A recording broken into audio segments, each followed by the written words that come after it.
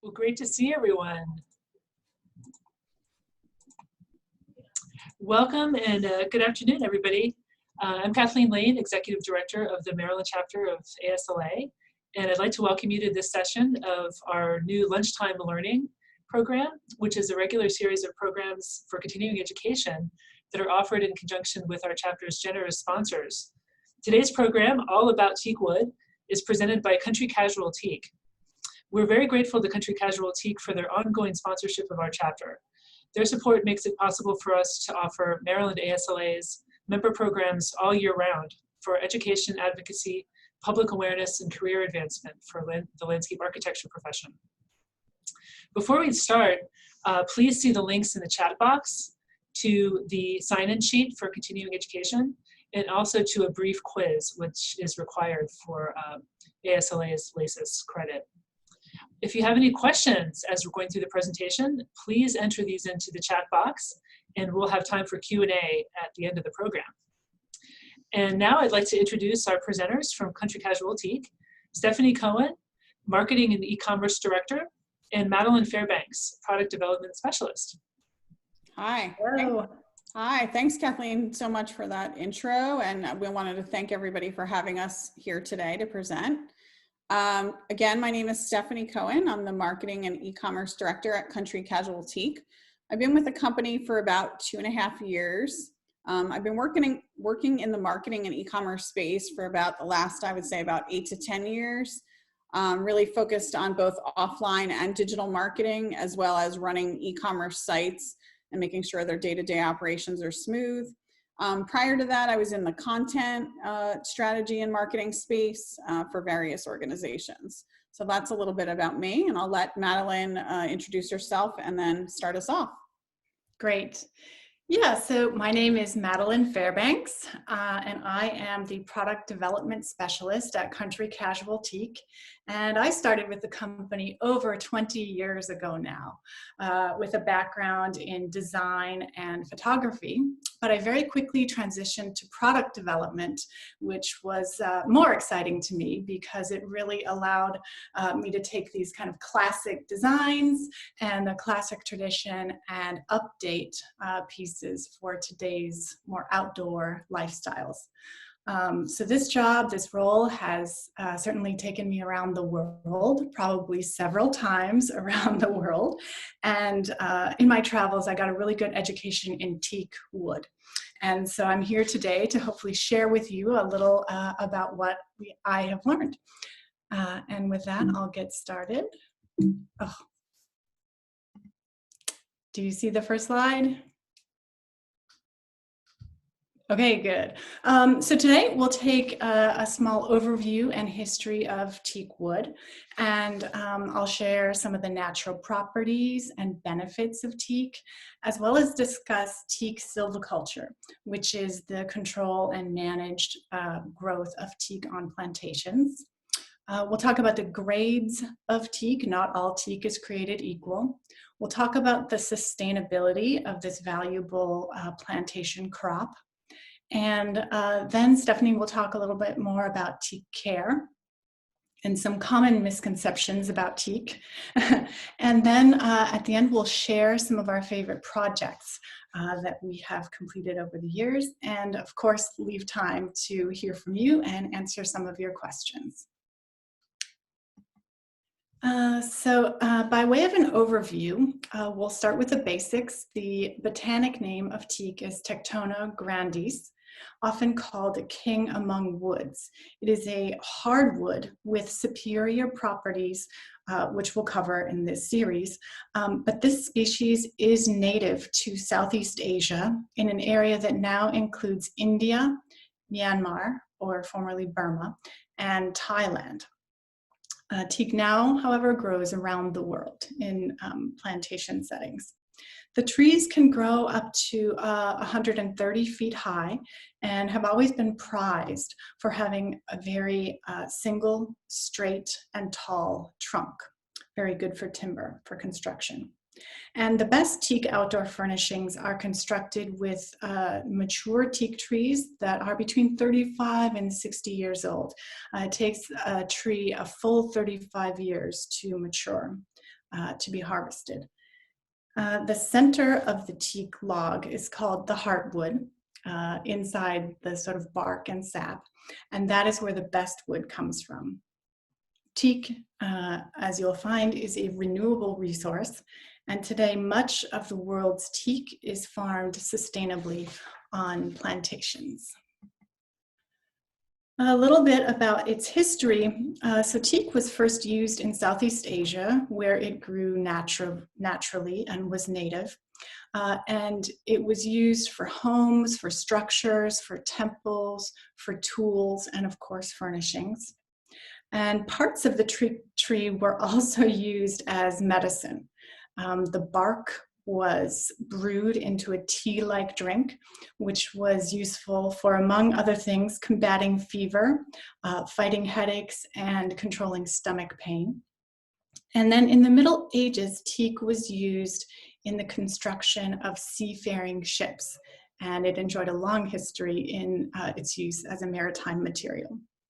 The demand for teak in the shipbuilding industry really skyrocketed in the 17th century, leading to the establishment of some of the first teak plantations for teak to be used in the shipping industry. The first of which was located in Sri Lanka and was established in about 1680.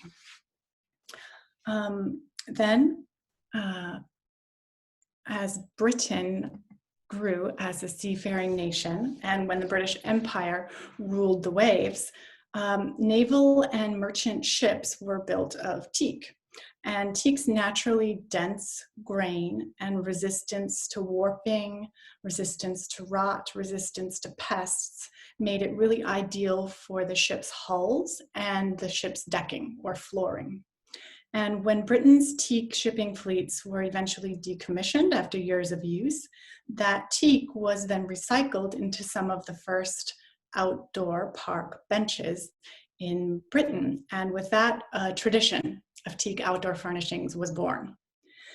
This photo shows our classic British-inspired monarch bench design pictured on a present-day college campus in the United States. But one can just as easily imagine this photo, maybe in black and white, taken over 100 years ago in an English park or an English grand estate. Teak is still highly prized today for its natural weatherproof qualities, and you can still find teak used in ship decking, rails, and veneers in world-class sailing ships.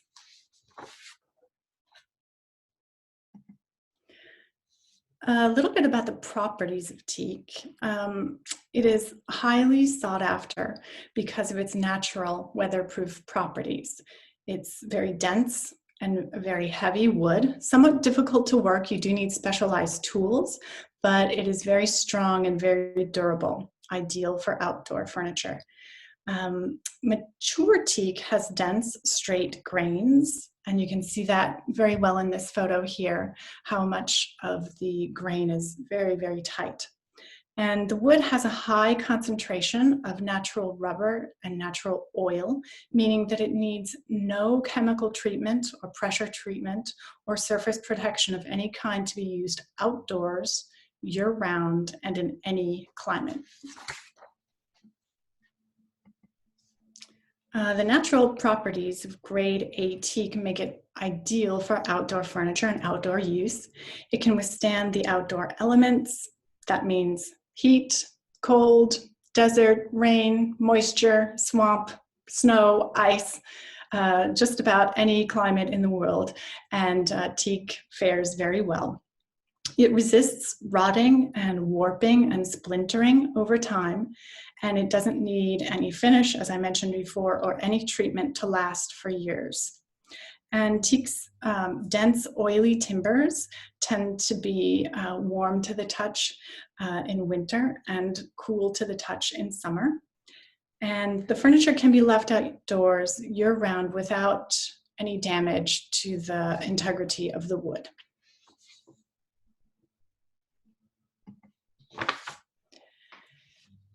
Like any natural material, teak wood will be impacted by its outdoor environment.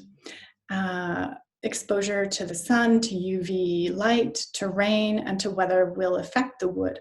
However, if it is properly prepared and properly kiln dried, teak will outlast and will outperform most other wood. And over time, teak wood will oxidize and weather to a light silvery gray color. You can see that lightish gray color patina in the photo on this slide. Over time, that light gray color will darken to a little bit darker gray. And the weathering process can cause the softer layers of teak in between the grain to soften a little bit and wear away, leaving a somewhat rough surface. But at any point in the life of a piece of teak, that surface can be refinished and refurbished to an almost new looking piece of wood. Weathering, the natural process, can take anywhere from about 6 months to a few years, depending on exposure to the sun and to the elements and different weather conditions. And when teak is used indoors, kind of the opposite happens. It does not weather to gray. Instead, it can absorb the moisture in the air or the oils from our hands touching it. And that untreated teak will turn kind of a darker, more rich golden brown color.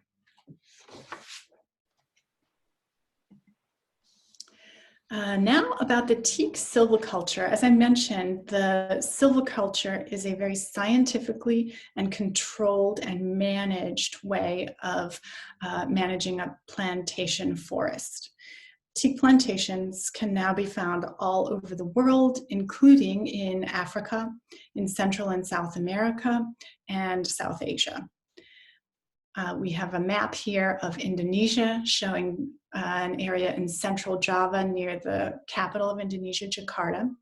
And that's where we source our teak furniture from plantations. Teak grows in clay and sandy soils and can be grown on sloping mountains. So generally it grows in land that is not ideal for most other crops and could otherwise be unusable land.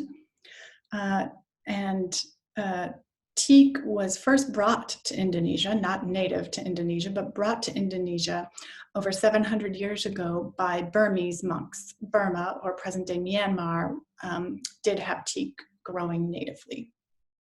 And today, some of the oldest and largest and best run teak plantations are in Indonesia, and specifically in central Java. And the plantations were first established in this former Dutch colony over 200 years ago to serve the growing shipping industry, not only the needs of the Netherlands, but of Europe as a whole.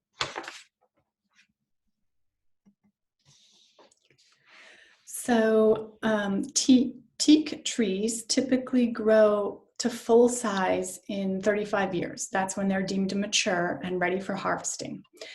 Then they're harvested according to very careful market projections between 35 to 60 years of age. And due to this very long growing cycle, teak production or teak growth in Indonesia is operated by the Perum Peritani, which is a government organization. This organization ensures consistent ecological harvesting practices and has a very long-term commitment to the health and prosperity of the trees. The Peritani also protects the plantation sites from any illegal cutting and adheres to very strict certification guidelines.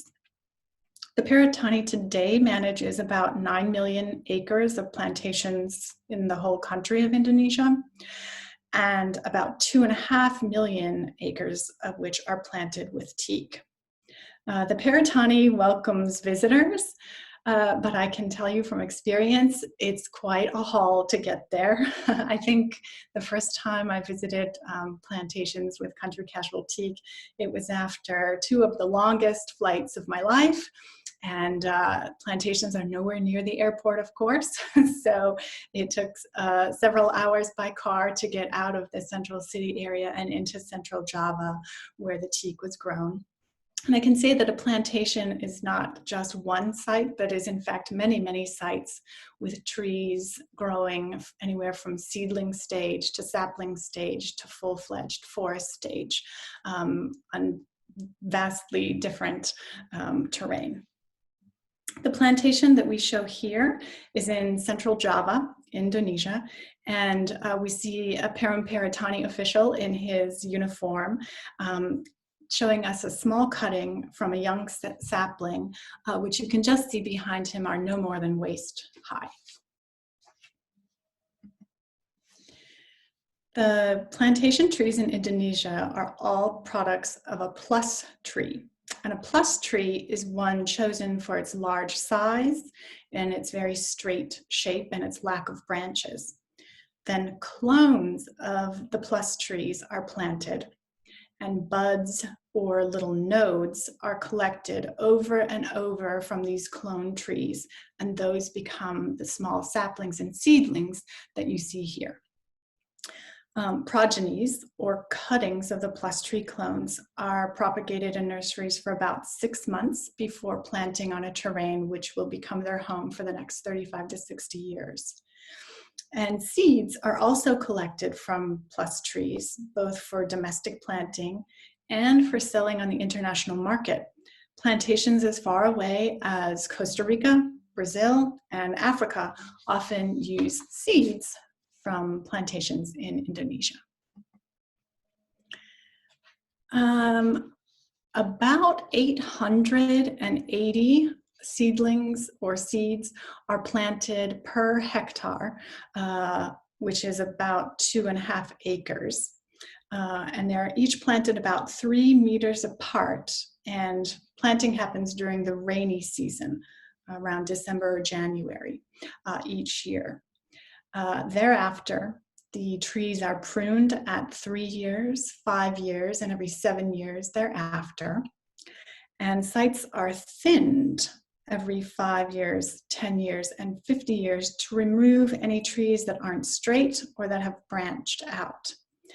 After thinning, then the remaining trees are tagged with a number and allowed to grow to maturity for 35 years at least.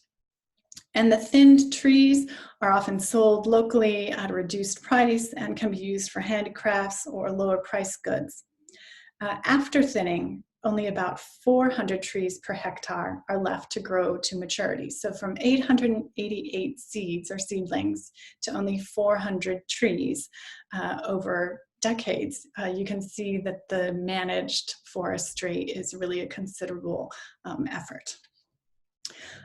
Girdling, or removing the bark, or notching, which is cutting notches at the roots of the tree, is done about 2 years prior to harvesting.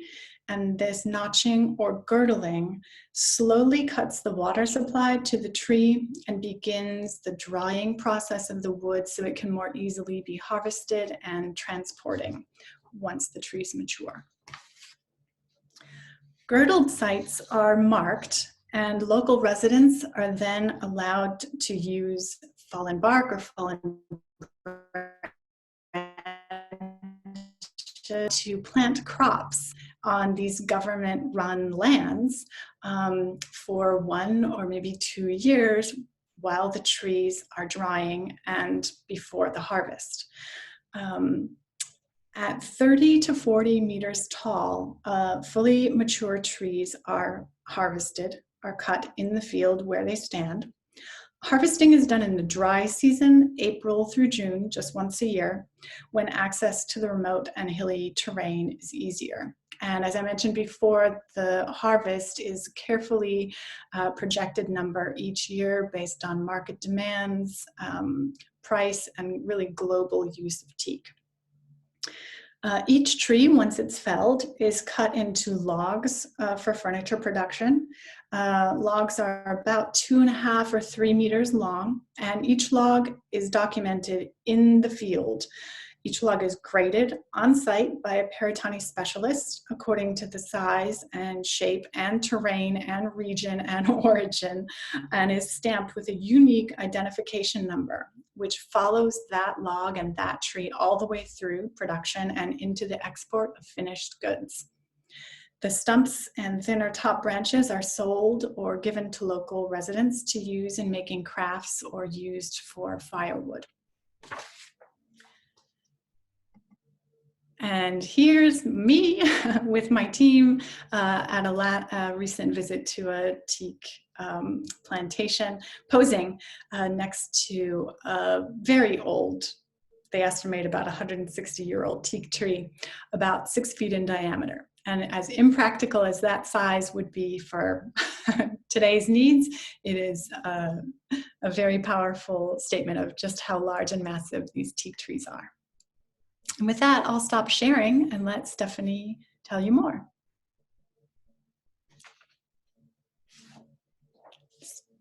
Stephanie seems to be muted. I am muted. Sorry. Okay, here I am. So let me go ahead and share my screen and let's continue on. Let's see here.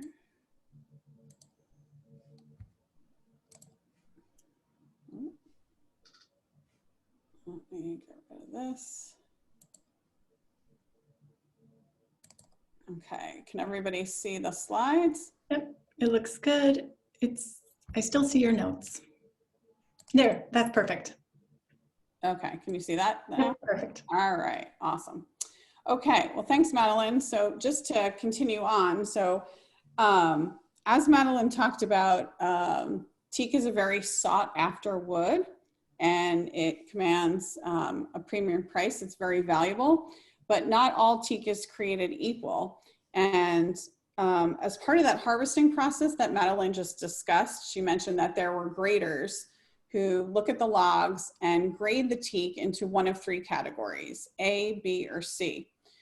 A is the highest quality teak, and that's really, using that in the construction of furniture is really the best way to ensure consistent products. Now, no matter what grade you're talking about, you always want to make sure that you avoid any natural defects like sapwood, knots, or cracks, and I'll talk about that a little bit more in a second. And we tend to find that these natural defects happen more frequently with the lower grades of teak. And furniture made from those lower grades that I talked, the B and C, tend not to be able to withstand the outdoor elements. So it makes it less effective. And then we often find that furniture made from those grades will rot or crack over time. And so, you definitely want to avoid those lower grades. In this picture, I wanted to point out 2 things. So one is that center area where you see that rich golden brown color. That's the heartwood that Madeline described earlier. That's the mature center of the tree. And it's really got that rich golden color due to the high amounts of oils in that section of the log. And then the outer ring, you can see where there's that almost like whitish color is the sapwood. And that's really where the younger part of the tree and where there tends to be less oils and often where you find some of that wormholes and pests. All right, let me see. I can get this to advance. No. There we go. Okay. So when grading teak, how do you know what's low quality teak versus high quality teak? And I touched upon some of these already, but in low quality teak, what we often see is inconsistent moisture content, the presence of sapwood. And if you can look on the right-hand side on the sapwood image, you'll see that sort of white color that I talked about earlier in that outer ring. And that's kind of how you know the wood has sapwood. A dull, uneven color, dead knots in the wood. So this differs from live knots. So dead knots are, where a branch has died and fallen off versus live knots where the branch was still living and then cut off. You don't want to use dead knots in your furniture. Live knots are sometimes used. They don't impact the integrity of the wood. but they're obviously not the prettiest. So people, you know, they often use them in sort of like hidden parts of a piece of furniture. And then of course, wormholes are something you want to avoid. And that tends to indicate that lower quality and outer younger rings. When it comes to a piece of high quality teak, that's that bottom image. And you can see there, it comes from the heartwood that we've talked about, that center of the log. It has that rich golden brown color and a straight close grain. And it has that high concentration of natural oils, because again, if it's coming from that heartwood, you know, that's where a lot of that can be found. For outdoor furniture, the wood is kiln dried to a specific moisture content. It tends to be about 8 to 12%. And when you see this wood, it tends to be very glossy and smooth to the touch. Now, starting with grade A teak is very important, but that's only one piece of the puzzle when it comes to making furniture. You want to, just as important is construction and craftsmanship. Now, when preparing the wood, the timbers should be shaped and cut with by hand with a machine jig. When selecting teak for a piece of furniture, you want to make sure that the different pieces are both color matched as well as look uniform direction of the grain, so that the final piece looks, you know, very uniform. For construction, you want to, for the joints, you want to use a mortise and tenon joinery, and you can see an example of that here. The two pieces are brought together, fits nicely in that slot, and then we used wooden groove dowels in those holes rather than bolts or screws or things like that. And the benefit here is, by having this all done with wood, the joint can expand and contract in various weather conditions. So whether, you know, it's in the heat or in the cold, you know, as Madeline talked about, it can be used in a variety of climates. And by doing it this way, the joint will expand and contract. And so it adds to the durability and longevity of the piece. You want to look for finger joints as stress points, and make sure that no lamination is being used in place of other materials. And we always want to make sure that pieces are tested. There's a variety of tests and QA processes that a furniture goes through. One way to tell is, you know, ask about a weight capacity of a piece, and then you know whether they've been doing testing on that particular piece. Okay, so when you're sort of this, you know, an average consumer and you're in a store, how can you be a smart teak shopper? Well, there's a couple of things that you want to look for, and we've talked about a lot of these, but you always want to make sure that you ask what grade of teak is being used in the construction of the furniture. And again, you want to make sure it's that grade A, that highest quality teak. For pieces of furniture with finishes, you really want to be cautious, because oftentimes, like you see pictured here at the top, an unfinished piece will have imperfections like sapwood and uneven grain and wormholes, and then a finish will be applied to sort of hide it. And so you really want to be careful and a little bit wary of pieces that have that finish already on it. Again, like we talked about in terms of construction, you want to look for that mortise and tenon joinery so that it has that longevity for the piece. And then in cases where hardware needs to be used, you want to look for that high quality. So you want to look for stainless steel, which is either 316 or 304, perhaps brass. You don't want to look for anything that's like chrome plated or mystery metal that's going to rust or corrode, especially in marine environments. So you really want to take a look at the hardware. And then with any piece, you want to ask about the warranty. You know, is the company willing to stand behind the product and guarantee its performance? Okay, so sustainability. So as Madeline mentioned, you know, it's important both for the environment as well as the teak industry to make sure that the teak trees are protected as a natural resource. So any company that you're going to buy teak furniture from, there are a couple of things to look for. Number one, you want to look for an ecological statement and make sure that they have that out there. And then the second big thing is you want to understand where they're sourcing their teak and how they're sourcing it. And again, Madeline touched on a lot of this in detail, but you want to make sure that it comes from carefully managed plantations. As Madeline talked about, Indonesia is really where we found the best practices with that government-run organization. But there are other plantations, Costa Rica, Brazil, things like that. But again, Indonesia is really where we've seen the most mature practices. You want to make sure that any plantation that you work with, there are more trees being planted at a higher rate than actually being harvested. And you also want to make sure that at all parts of the teak harvesting process, responsible forestry practices are followed. And then lastly, you want to make sure that they have a zero waste policy. So as Madeline talked about, using extra wood for the locals as, a material for crafts or firewood, things like that, you really want to make sure that they're reusing all parts of the tree. I'm sure many of you are familiar with this, probably more even than I, but there is an organization in the United States called the U.S. Green Building Council, and it's their responsibility to make sure that buildings and communities are built and operated in the most environmentally friendly and social responsible way, that they provide healthy environments.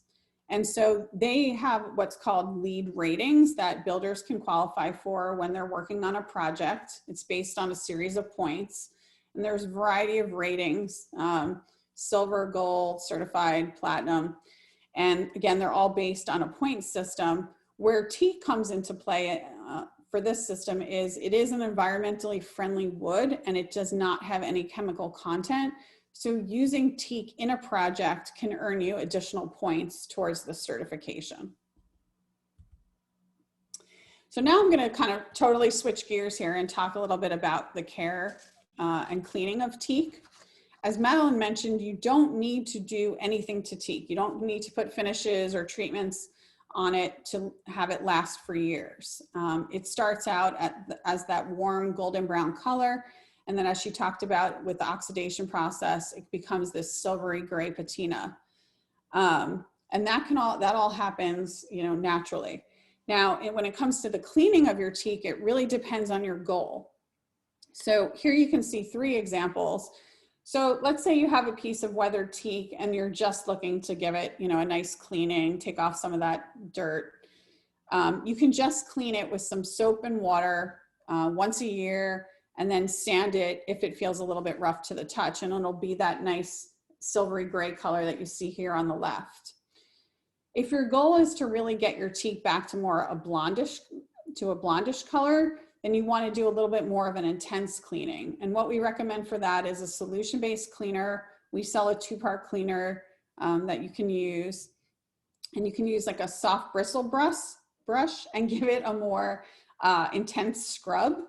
And that will take the weathered teak back to a blondish color. And you can see what that looks like in the center there. And then if your goal is to restore the teak back to that golden brown color, you want to do that intense cleaning that I just talked about, sand it, make sure it's completely dry, and then you can use a sealer, and there's a variety of sealers on the market. And in this case, we're showing a golden sealer that brings it back to that original color. A couple of do's and don'ts when you're caring for your teak. So some do's. When you're cleaning teak, we definitely recommend using both gloves and goggles to protect your eyes. Depending on where you're cleaning your, actually not depending, wherever you're gonna clean your teak, whether it's your driveway, on grass, and on deck, we always recommend using a tarp to put down first. And we always recommend testing out your cleaning products first. So you could use like the underside of a leg or an underneath part of a seat to test it out to see how it will perform on your furniture. We also recommend using sealants and protectants for the furniture, both to preserve its color as well as protect it against stains or mold. Excuse me. And if you are going to be using your teak in a dining setting, we do recommend that any spills are cleaned up right away so that it doesn't seep into the wood and cause stains. We also recommend that in between cleanings, you wipe down or hose down your teak. I've often heard it called watering your teak. So you want to make sure that you do that in between. As far as some of the don'ts, we do not recommend teak oil. There's a misconception that teak oil actually comes from teak trees, and that in fact is not the case. It often is either linseed oil or tung oil or a mixture of that. And it actually ends up doing more harm than good. It can make the surface very sticky, so it actually collects and holds more dirt. And then oftentimes we see it turn black and kind of feel gummy. So we don't recommend using teak oil. We also don't recommend using any cleaning products or sealants or protectants that are not eco-friendly. All of our products are eco-friendly, and there are other ones out there on the market, and you just want to make sure that you're using ones that are safe. We don't recommend using any steel wool to clean your teak. The metal can kind of flake off and get stuck in the grain and then rust. We do recommend like a cloth or that soft bristle brush that I talked about earlier. In terms of sanding, you don't want to sand against the grain. You want to go with the grain so you don't scratch up the teak. And we don't recommend power washing your teak. We find that this often can cause issues with the grain and the teak itself, and then also loosen hardware. So that's not something that we recommend. We talked about this a little bit, but when you're looking at indoor versus outdoor use, again, the outdoor, the teak will naturally weather to that silvery patina. For indoor, as Madeline had mentioned, it'll do the exact opposite and turn darker, that darker golden color. And if you're gonna use your teak indoors, we definitely recommend wiping it down with a soft cloth just to remove any dirt. In terms of painting, this is something that, we've seen done. It's not something that we recommend, in that because the teak is very oily, and by painting it, that oil gets stuck underneath the paint and sometimes will bubble up.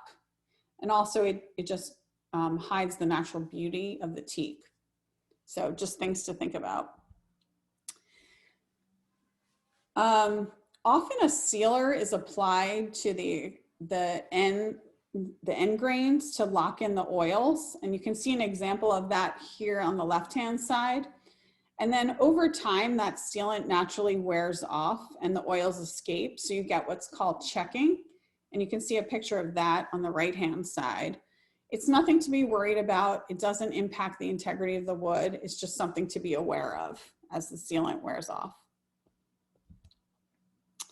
So we've talked about a lot of these already. But I always like to summarize some of the misconceptions about teak that we hear a lot. So number one was the one we talked about in terms of using teak oil. That is not something that we recommend. Teak oil is not from a teak tree. And again, it leaves a sticky surface, which often can turn black. So we don't recommend that. Another misconception we hear that we discussed already is, the best way to clean teak is to power wash it, which again is not the case. It breaks up the wood and can cause damage overall. Teak does not do well in a marine environment. Again, as we've talked about, teak can really perform in multiple environments. And because of those weatherproofing properties that we talked about with the oils and the rubber, and what Madeline discussed earlier about, it being a big material in the shipping industry, teak actually performs quite well in a marine environment, and it actually performs better than other woods. And then the last misconception we hear is that teak requires a finish to be durable. And as we've said throughout the presentation, you don't need to put any finishes on teak. It can be left outside, it will naturally weather, and it'll last for many years. So we wanted to end by sharing some case studies and projects that we've worked on over the years using teak furniture. The first one we wanted to talk about is Pinewood Forest, which has recently changed its name, and now it's called Trilith. And Pinewood Forest is a residential community right outside of Atlanta, Georgia. And it was developed to support the staff at Pinewood Studios. Pinewood Studios is a big movie and TV production complex in Georgia. A lot of the Avenger movies were shot there, and they really wanted a place where their employees could live and be part of a community. And for this particular project, they were working on developing a new community pool that was going to open Memorial Day 2019. And they really wanted to provide a poolside experience that their community could enjoy, that would complement the pool and the clubhouse and really give that kind of warm, sophisticated feel. And so they chose Teak because of those reasons, and also because, as Madeline mentioned, you know, Teak has this ability to stay cool even in the hot Georgia summers. So for all those reasons, they went with Teak. You can see here, this is a rendering that was done to kind of show what it could look like. We worked with their lead landscape architect, and then there were also 2 other landscape architect firms involved in the project. Here's another rendering. And then here is the final product, and you can see what it looked like. And from what we were told in at least 2019, the pool was a big hit and well used by the community, and they enjoyed the furniture. I'm not quite sure this year that it got as much use, but it's a beautiful pool that can be enjoyed by the community, hopefully in years to come. Getting a little closer to home, this is the Advent Healthcare Shady Grove Medical Center Healing Garden. This garden is located right outside the Cancer Treatment Center. And the goal was really to provide a place for patients, family, staff to go, you know, to get a break, to get some fresh air, to, you know, grab a bite to eat if they're visiting a patient there. The project was done by a company that is now part of Kinley Horn. And they really took on the challenge of creating this, you know, this garden. And they wanted lots of greenery, and there's a water. And actually, let me go to the next slide because you can see it here. This is a great overview of the garden. You can see there's lots of greenery and paths to walk. There's some water elements. And again, it was really this idea of being a retreat for folks in the hospital. I know a lot of people who've had, you know, had relatives here. I had a grandmother who was in Shady Grove for a while. And, you know, we use this garden as a way to kind of take a break. And throughout the garden, there's the benches and the tables, and it was just a great retreat and a place to kind of escape for a little bit. So American University, look at there.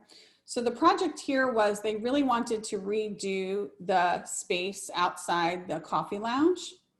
They had a couple of goals in terms of the project. They wanted to better delineate walkways for ADA compliance, and they also wanted to provide a clearer path for their service vehicles. And they also, you know, they wanted to create a place where both faculty and students could enjoy the coffee, they could study, they could get together, and they wanted a nice contemporary look that would complement the building. So here again, you can see some renderings of what the solution could look like. There's benches, tables, planters, and lounge seating. Here is the actual installation. And you can see very contemporary. This is one of our mixed material collections. We did a custom length bench for them. And it's all using that marine grade stainless steel. So very high quality materials. And I'm not sure if it still looks like this, because obviously with today's environment, it probably was reconfigured for social distancing. But this is what it would look like. So that's pretty much our presentation. We're happy to answer any questions that you have, and I will stop sharing so we can see everybody. There we go. Great. Great. Well, thank you so much, Stephanie and Madeline. This is the time for Q&A, and please just add any questions that you have into the chat box here. We have a couple questions here already. One is about the plantations and sustainability, and is teak grown in the US? Not that we know of. I believe the closest teak plantations with mature growth and regular harvesting would be in South America. Not exactly close to us. There is still a transport to be done.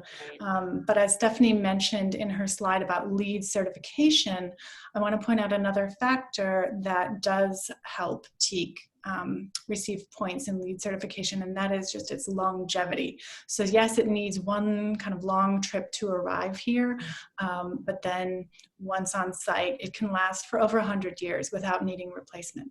Yeah. Great. That's great. All right. And there was a question about poaching and if that's a threat at the plantations. In the plantations that we have visited in Indonesia, I suppose poaching could be considered a threat, but most of the plantation grounds are fenced or gated to prevent any visitors or cars from entering. Only authorized people are allowed to enter. And I do believe they are guarded areas for the most part. Even while the teak trees are maturing for 35 years, there remains some kind of guard around the area to prevent any poaching or illegal cutting. Yeah, good. There is a question about I know you talked a lot about the care and maintenance and restoration of teak.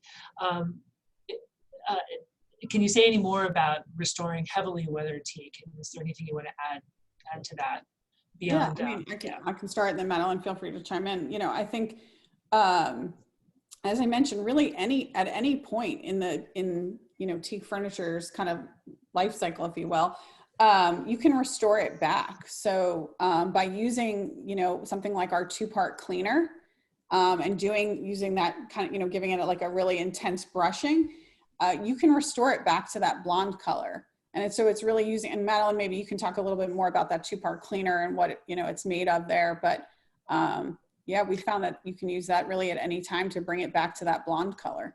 Yeah, and the 2-part cleaner, even though it is maybe a more involved process, you do need to get a brush, wear some protective gloves. It is, in our opinion, better than sanding, because much like a hardwood floor, each time you sand, you do wear away a little bit of the surface of the wood, whereas cleaning with this chemical 2-part cleaner preserves more of the wood as you go. Our part 1 in the 2-part cleaner is an acid, which works to sort of eat away the very top surface weathering of the teak, and part 2 is a base, chemical base product, which neutralizes the part 1, the acid, and then lightens and brightens teak as it dries. It does require some elbow grease, but again, in the lifetime of your teak, if you would do this once or twice, it's completely subjective and up to the owner what they want their teak to look like. It's a great tool though. Okay, good, thank you. Miles, if you have any follow-up questions, feel free to unmute yourself or just add to the chat box. A question again about growing teak. Are there, what types of crops are grown under the teak tree canopy? When we visited, they were growing corn, not as a consumer crop, but corn for feeding livestock. And I've also seen banana trees growing underneath the teak trees. The teak trees are very tall and very slender and only have branches at the very top level.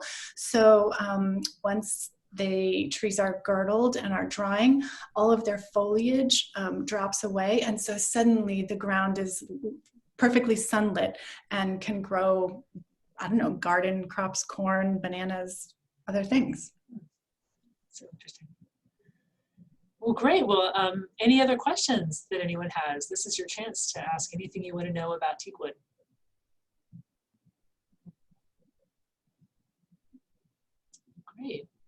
Well, Stephanie and Madeline, thank you so much.